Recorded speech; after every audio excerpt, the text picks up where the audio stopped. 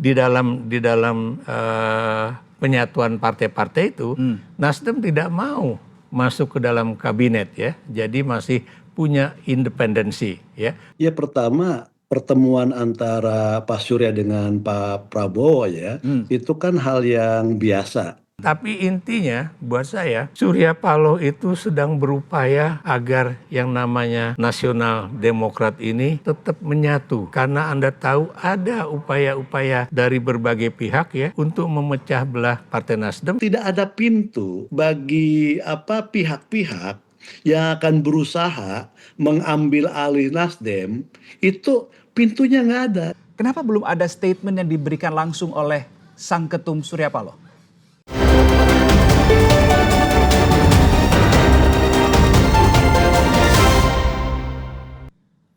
Halo, selamat sore saudara. Anda menyaksikan Liput Tanam Talks kali ini bersama saya Reno Reksa. Saya mau diskusi terkait dengan salah satu isu yang saat ini kalau saya lihat beberapa hari ini mewarnai pemberitaan. Ini terkait dengan politik, tentunya ini terkait dengan partai politik begitu lebih tepatnya, yaitu partai politik Nasdem yang diisukan ini akan merger dengan Partai Gerindra, kemudian ada pihak yang ingin mengakuisisi dan seterusnya. Nah, saya ingin mengklirkan hal ini, saya ingin mengonfirmasi hal ini, apakah betul gosip isu yang beredar itu yang berlalu lalang di media sosial dan juga di pemberitaan kita. Saya akan berdiskusi di studio SCTV Tower. Saat ini sudah ada Profesor Ikrar Nusa Bakti, pengamat politik. Apa kabar Prof. Ikrar? Baik, alhamdulillah. Terima kasih sudah meluangkan waktu. Dan seharusnya ada juga nih Waketum Partai Nasdem, Kang Saan Mustafa di studio SCTV Tower. Tapi karena kesibukannya di legislatif, hari ini bergabung lewat saluran Zoom. Kang Saan, apa kabar Kang Saan?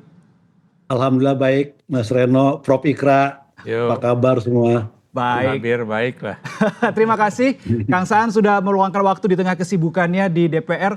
Dan saya juga mengajak teman-teman Liputan SCTV yang menyaksikan live saat ini untuk berinteraksi, untuk memberikan komentar atau bahkan ingin memberikan pertanyaan, membantu saya memberi pertanyaan untuk Prof. Ikrar dan juga Kang Saan. Boleh banget, saya tunggu di kolom komentar, saya akan bacakan nanti bagi Anda kalau waktunya masih cukup. Nah, itu syarat utamanya. Nah, saya akan buka diskusi ini pertama-tama dengan pertanyaan kepada Kang Saan Mustafa. Kang Saan, tentu saya meyakini sebagai Wakil Ketua Umum Partai Nasdem capture atau menangkap sejumlah isu yang atau gosip begitu ya yang beredar terkait dengan Partai Nasdem.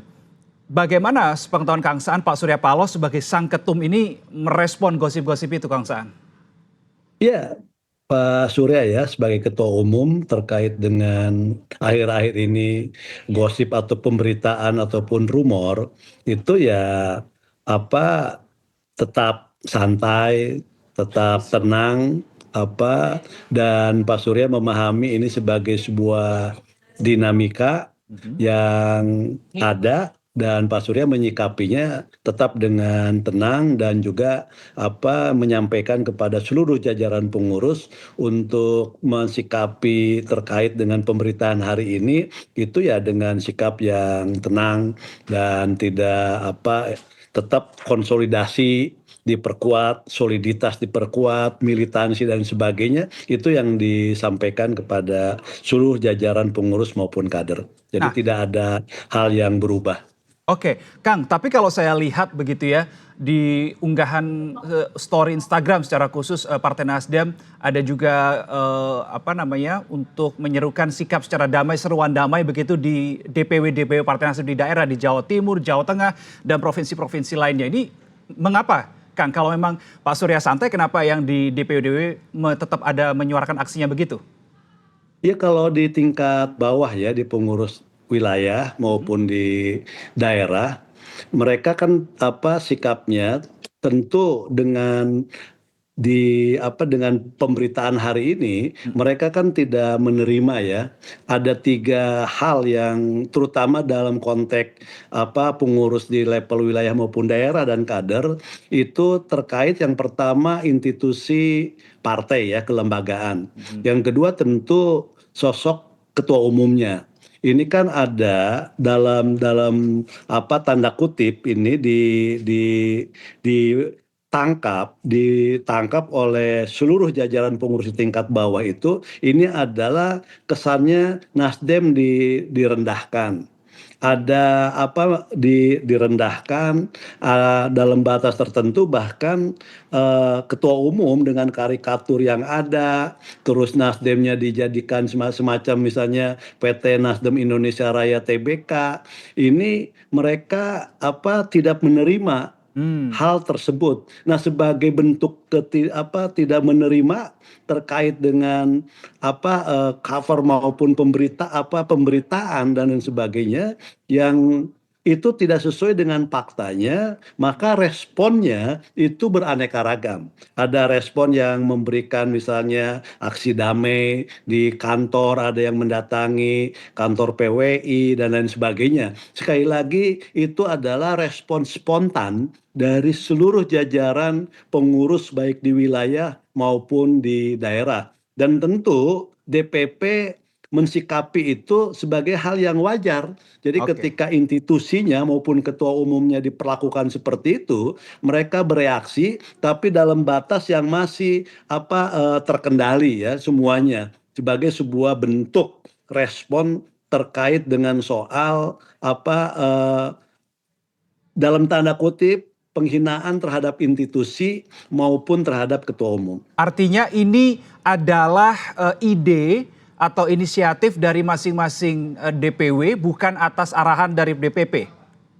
DPP mendengarkan saja, mereka spontan ya. Jadi ketika misalnya baik di YouTube, di media sosial, bahkan ketika laporan utama majalah Tempo itu hari Senin beredar, mereka sebenarnya sudah langsung bereaksi ya semuanya.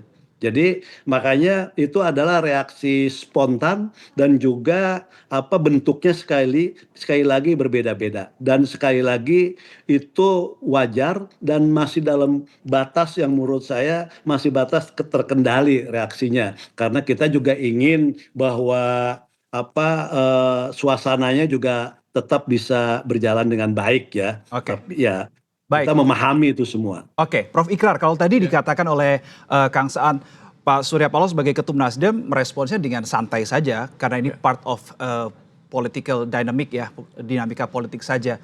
Buat Prof. Ikrar melihat hal ini seperti apa? Apakah memang ini juga salah satu konsekuensi sebagai partai politik di Indonesia ketika ada dinamika-dinamika tertentu ya memang harus dihadapi?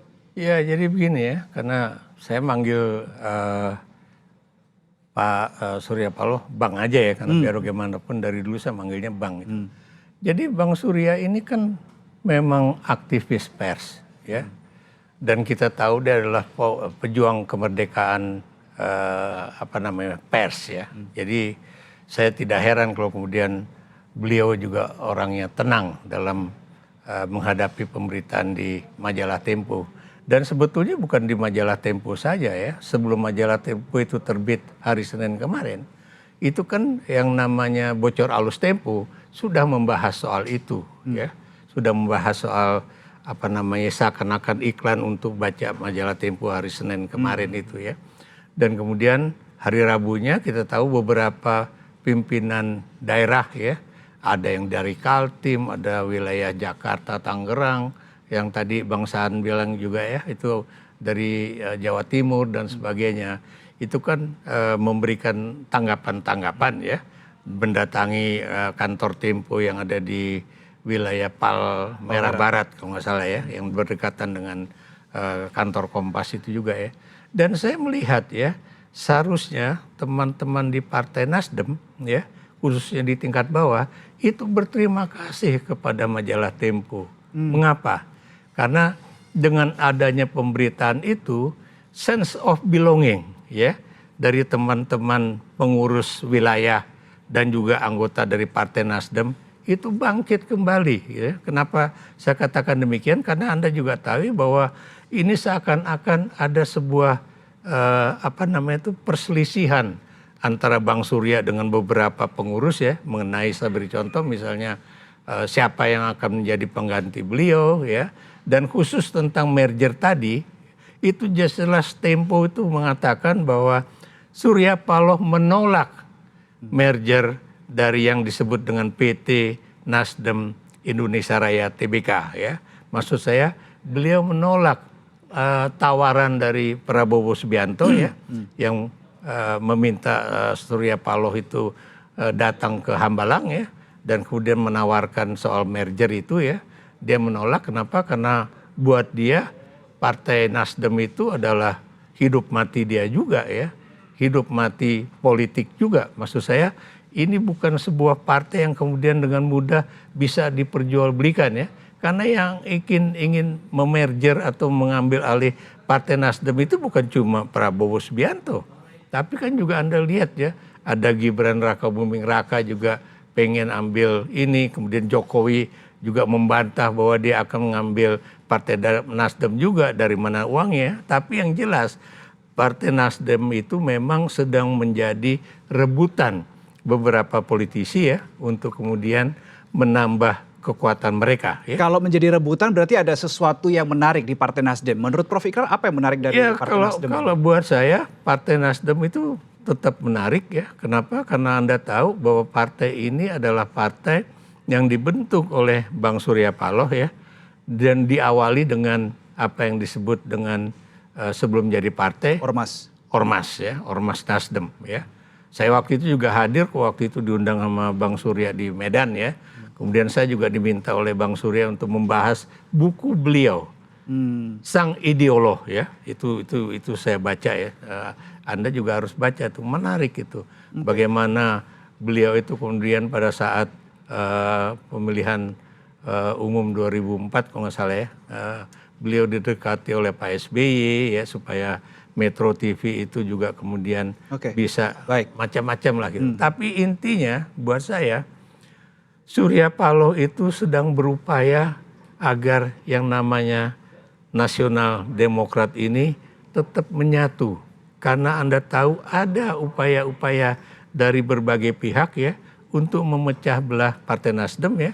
Khususnya yang Anda tahu ya Partai Solidaritas Indonesia misalnya.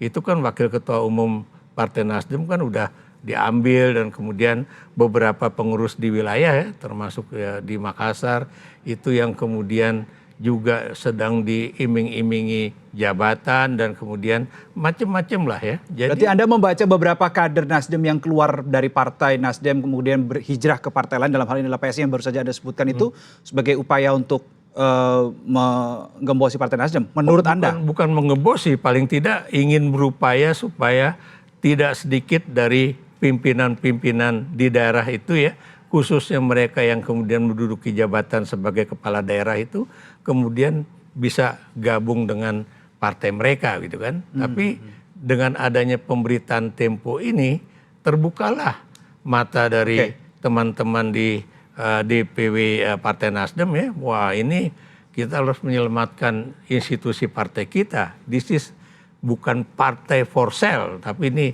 benar-benar partai politik yang perjuangan politiknya itu harus kita lanjutkan begitu. Oke, saya ingin konfirmasi ke Kang Saan terkait dengan adanya tawaran tadi yang disebut oleh Prof. Ikrar ke Pak Surya Paloh, kemudian ada pertemuan juga tadi di pertengahan Februari katanya. Saya ingin mengonfirmasi pertama gini, Kang, benarkah ada pertemuan begitu antara Pak Prabowo dan Pak Surya Paloh di Hambalang pada pertengahan Februari 2026? Saya ingin mengonfirmasi hal itu dulu aja sebelum lanjut ke substansi berikutnya. Ya, pertama pertemuan antara Pak Surya dengan Pak Prabowo ya, itu kan hal yang biasa. Pak Surya sebagai ketua umum partai yang hari ini posisi sebagai pendukung pemerintah di bawah Presiden Pak Prabowo. Nasdem ini adalah pendukung pemerintah, walaupun Nasdem tidak menempatkan kadernya di pemerintahan. Nasdem adalah pendukung pemerintah, dan tentu sebagai pendukung pemerintah, Nasdem berkomitmen agar apa yang menjadi program utama, prioritas maupun strategisnya Presiden itu dapat berjalan dengan baik. Nah, untuk mewujudkan itu tentu komunikasi ini kan harus terbangun dengan baik. Nah, bagaimana komunikasi yang terbangun dengan baik? Ya, salah satunya adalah dengan berbagai pertemuan antara ketua umum kami Pak Surya Nasdem dengan Presiden yang juga ketua umum Partai Gerindra. Jadi ini hal yang yang wajar saja dan Oke. ini sering terjadi ya pertemuan-pertemuan Hmm. antara Pak Surya dengan Pak Prabowo. Bahkan kan mereka waktu sebelum masing-masing punya partai ini kan udah bersahabat lama sekali kan gitu loh. Jadi persahabatan dan sebagainya. Jadi Ya. menurut saya itu hal yang wajar kalau misalnya terbaru misalnya ada pertemuan dan sebagainya. Jadi Oke. ini bukan hal yang luar biasa pertemuan-pertemuan antara Pak Surya dengan presiden yang juga ketua umum partai. Oke, pertanyaan saya berikutnya, Kang. Benar tidak dalam pertemuan antara Pak Prabowo dan Pak Surya Paloh itu ada pembahasan terkait dengan Nasdem merger atau Nasdem for sale atau Nasdem saya mau beli dan seterusnya atau yang tone-nya kurang lebih seperti itu. Ada tidak diskusi terkait dengan hal itu, Kang? Saya katakan ya, sekali lagi tidak ada misalnya terkait misalnya Nasdem mau diakuisisi, Nasdem mau dimergerkan atau Nasdem mau dibeli. Ini dalam pertemuan antara ketua umum dengan ketua umum, antara ketua umum partai pendukung pemerintah di mana presidennya juga ketua umum partai. Ini dalam posisi kalau itu adalah bagaimana untuk bisa saling memperkuat agar tadi yang namanya program-program pemerintah ini bisa berjalan dengan baik. Jadi kalaupun misalnya ada bagaimana posisi Partai Nasdem untuk bisa memberikan dukungan yang maksimal.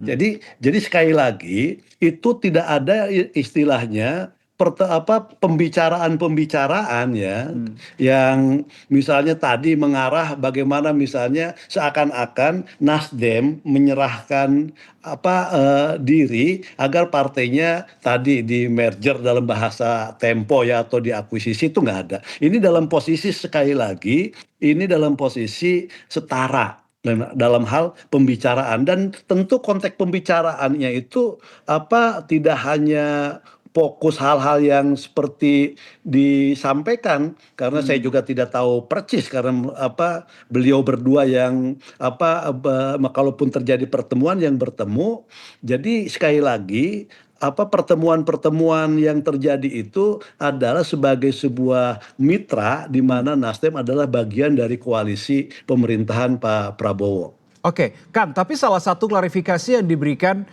disampaikan oleh salah satu politisi Partai Nasdem menyebutkan bahwa bukan merger yang dimaksud tapi political block atau blok politik. Bisa Anda jelaskan terkait dengan hal ini? Iya kan yang namanya hari ini misalnya ada di dalam koalisi.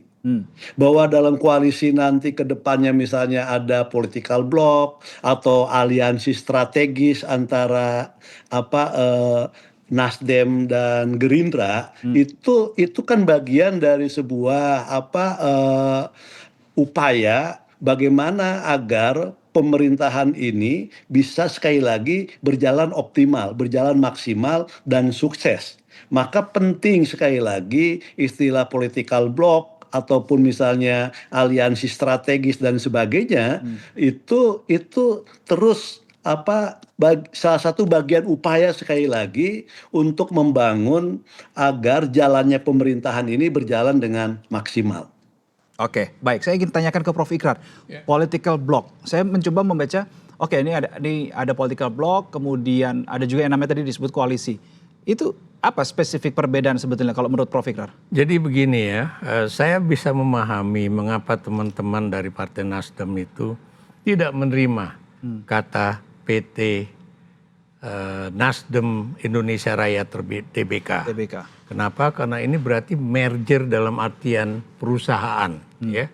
Sementara yang diterima oleh teman-teman Partai Nasdem, kalau itu dikatakan ada fusi, ya, tapi itu kan juga belum sampai ke fusi.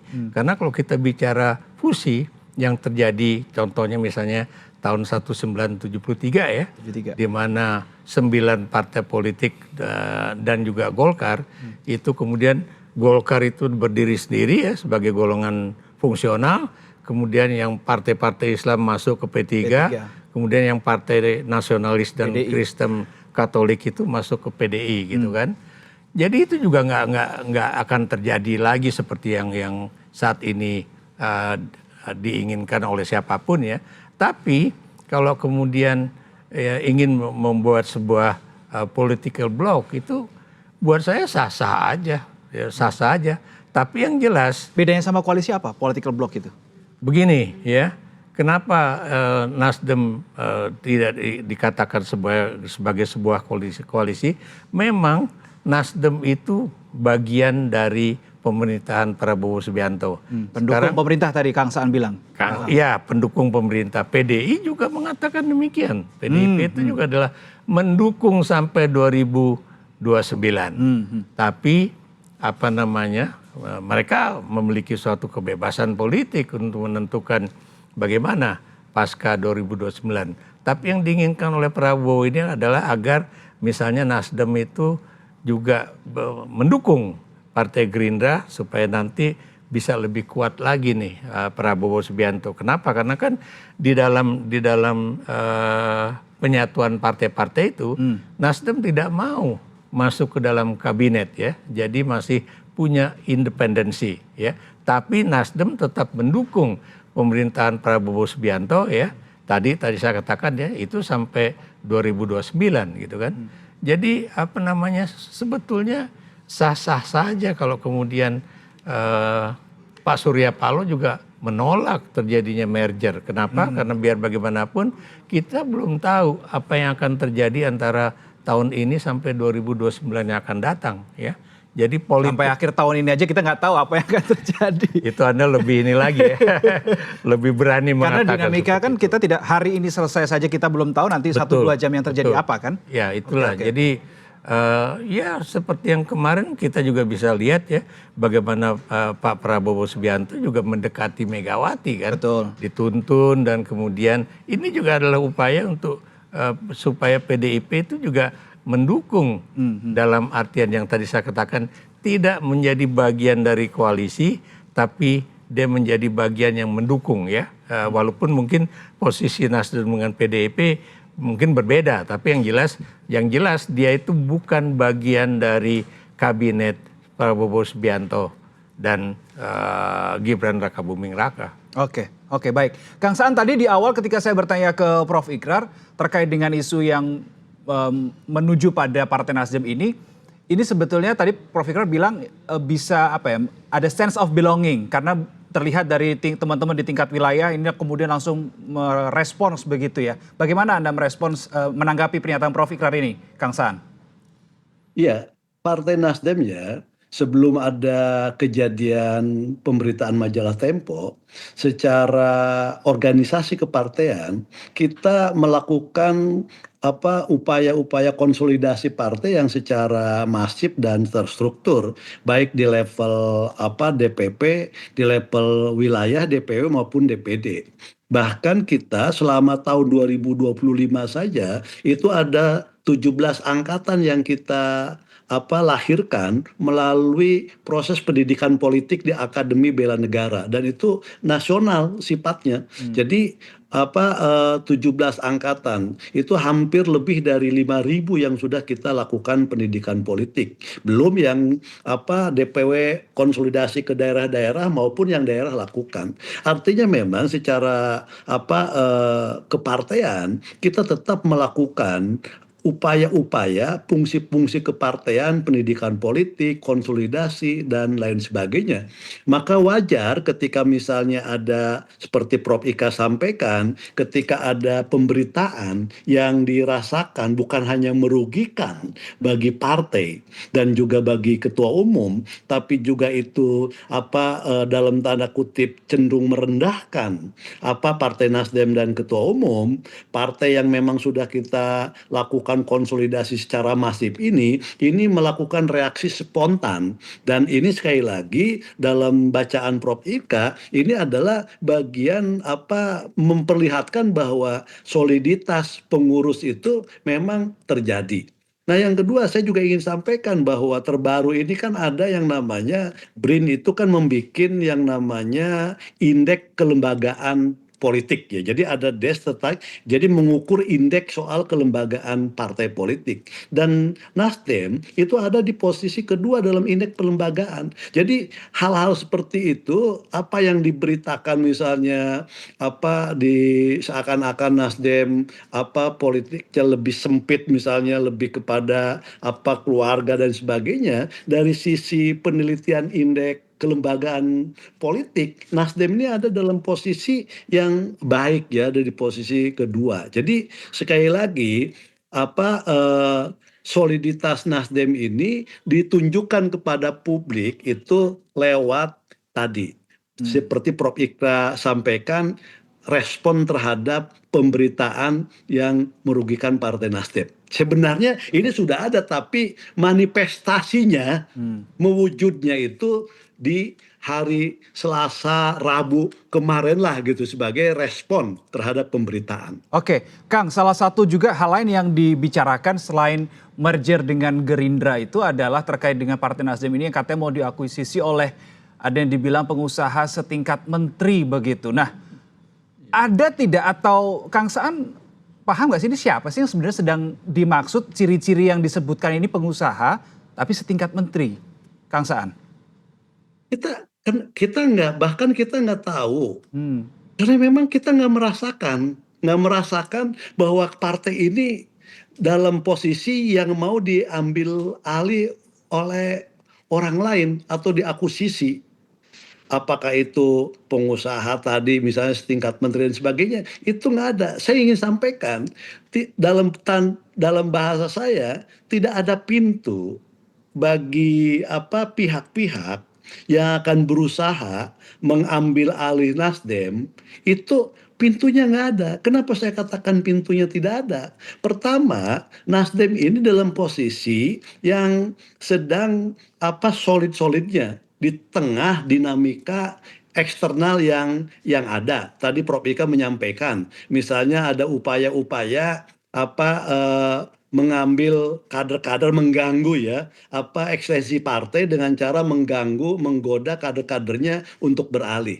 Nah, itu pun kan masih bisa dihitung dengan jari. Mereka yang tertarik untuk hengkang itu kan gitu dari Partai Nasdem.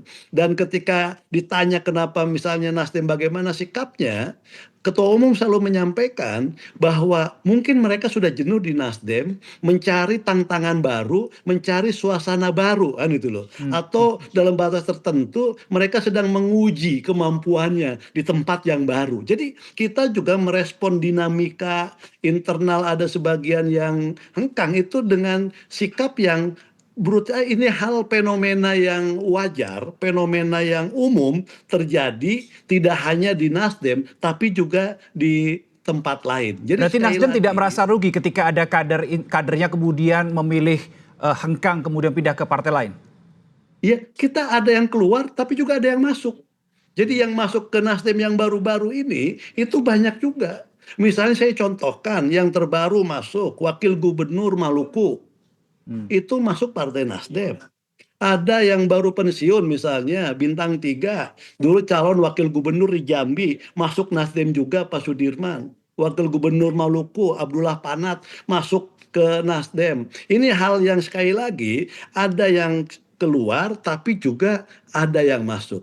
Dan yang masuk tentu jauh lebih fresh, jauh lebih punya motivasi, lebih punya semangat dan sebagainya. Jadi sekali lagi ketika ada isu ada yang mau mengambil alih, saya sampaikan bahwa tidak ada pintu buat mereka yang mau berusaha masuk ke dalam internal Nasdem, apalagi mau mengambil alih, mengakuisisi dengan sosok-sosok tadi yang disampaikan. Nasdem tidak merasa ada hal seperti itu. Oke. Jadi dalam posisi yang memang sedang solid. Kang, ada isu soal Nasdem mau merger sama Gerindra, ada isu soal Nasdem mau diakuisisi dan seterusnya. Dua hal ini tadi sudah Anda jawab, sudah Anda jelaskan semuanya.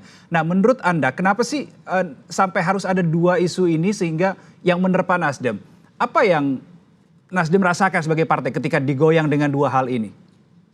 Ya, pertama gini, ketika misalnya ada upaya mengganggu misalnya di internal Nasdem, Nasdem yang ada adalah konsolidasi kita semakin masif.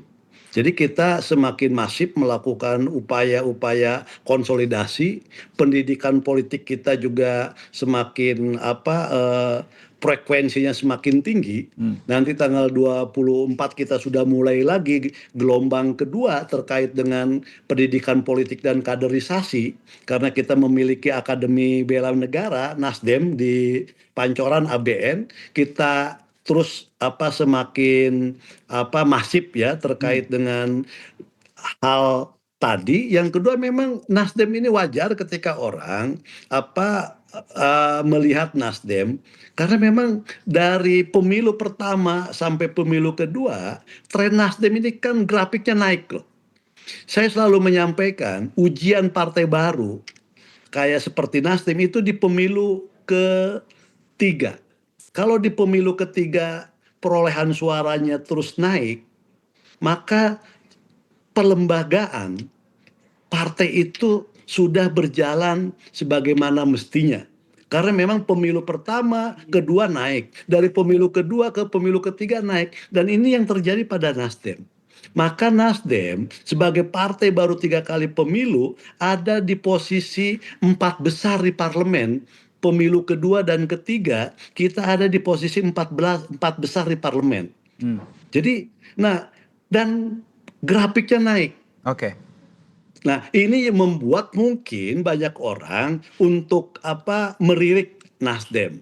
Ada yang melirik dalam kacamata yang positif, dan mungkin ada juga yang berpikiran gimana caranya kan ini partai ini sangat pertumbuhannya dahsyat luar biasa, partai ini sehat dan partai ini memang Pak Surya selalu menyampaikan mendirikan Partai Nasdem ini bukan untuk menambah beban masyarakat, tapi untuk memperingan beban masyarakat.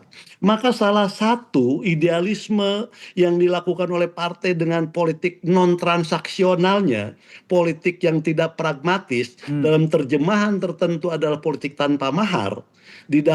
Dan ini sudah kita lakukan ketika mengusung presiden, kita tidak pernah barter, tidak menawarkan hal-hal sifat pragmatis. Di pilkada-pilkada tidak ada mahar, dalam mengisi jabatan-jabatan publik di parlemen itu tidak ada jual beli dan sebagainya. Dan siapapun promosi bagi kader itu berdasarkan pertimbangan-pertimbangan rasional, kapabilitas. Inilah yang membuat partai ini sekali lagi ini mungkin dalam kacamata pihak lain ini menarik. Nah, ada yang menarik dengan masuk, ada berusaha mungkin tadi seperti disampaikan oleh Mas Reno, orang ingin mengambilnya. Tapi sekali lagi Nasdem dalam posisi yang memang melakukan konsolidasi secara terus-menerus. Oke, baik. Saya ke Prof. Ikrar. Ya.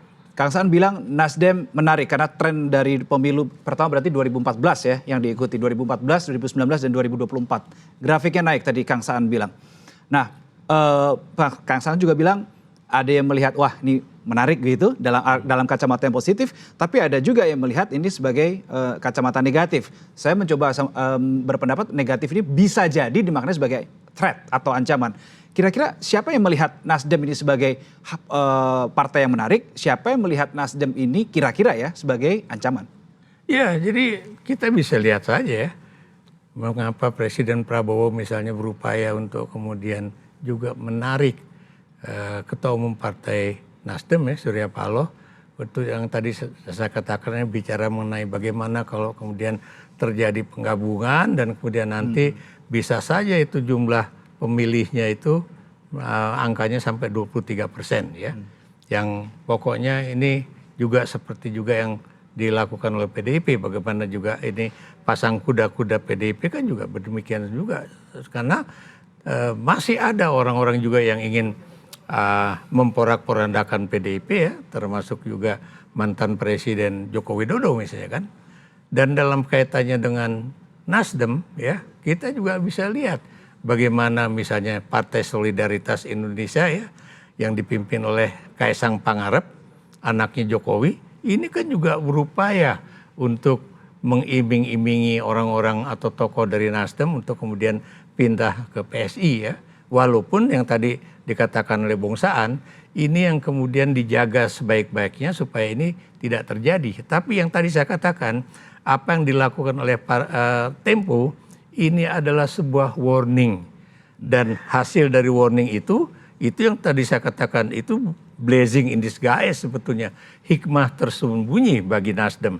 Karena kemudian disitulah terjadi, oh iya kita harus menyelamatkan partai kita juga harus kemudian mendidik kaderisasi di dalam partai ya, khususnya anak-anak muda, dan kemudian bagaimana tokoh-tokoh yang tadi dikatakan oleh Bung Saan yang mantan tentara ataupun mantan pejabat ya, itu yang kemudian akhirnya masuk juga ke dalam partai Nasdem. Jadi ini memang suatu hal yang dinamis gitu kan. Tapi kalau kemudian tadi saya katakan ya, bahwa partai Nasdem kemudian tidak menjaga diri dan juga organisasinya dari yang tadi saya katakan ancaman-ancaman dari luar itu, ini bisa saja kemudian hengkangnya beberapa tokoh itu bisa terjadi.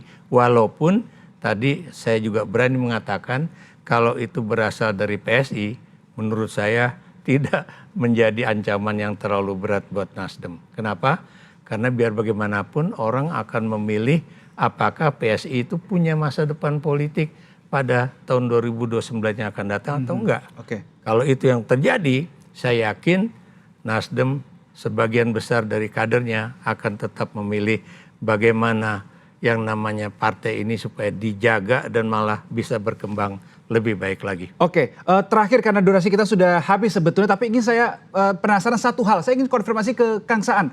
Kang, dua isu yang besar dan juga cover yang menyinggung Ketua Umum Partai Nasdem, Surya Paloh. Kenapa belum ada statement yang diberikan langsung oleh Sang Ketum Surya Paloh?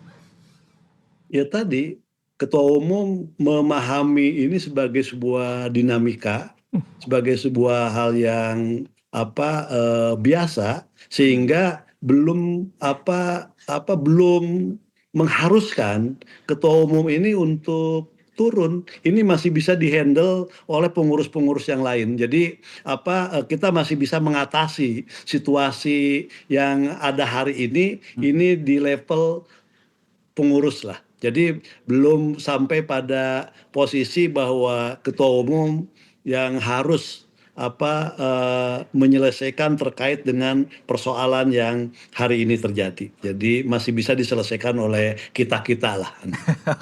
Baik, Kang Saan Mustafa, Waketum Partai Nasdem, dan juga Prof. Ikrar Nusa Bakti, terima kasih untuk waktunya dan diskusi di kesempatan kali ini. Usai sudah saudara perbincangan kita terkait dengan isu yang menggoyang Partai Nasdem belakangan ini, dan tadi semuanya sudah diluruskan, sudah dijawab secara langsung oleh Waketum Partai Nasdem Saan Mustafa, dan sudah dianalisis juga bersama dengan Prof. Ikrar Nusa Bakti. Kita akan jumpa di episode berikutnya. Saya Reno Reksa pamit, salam SCTV.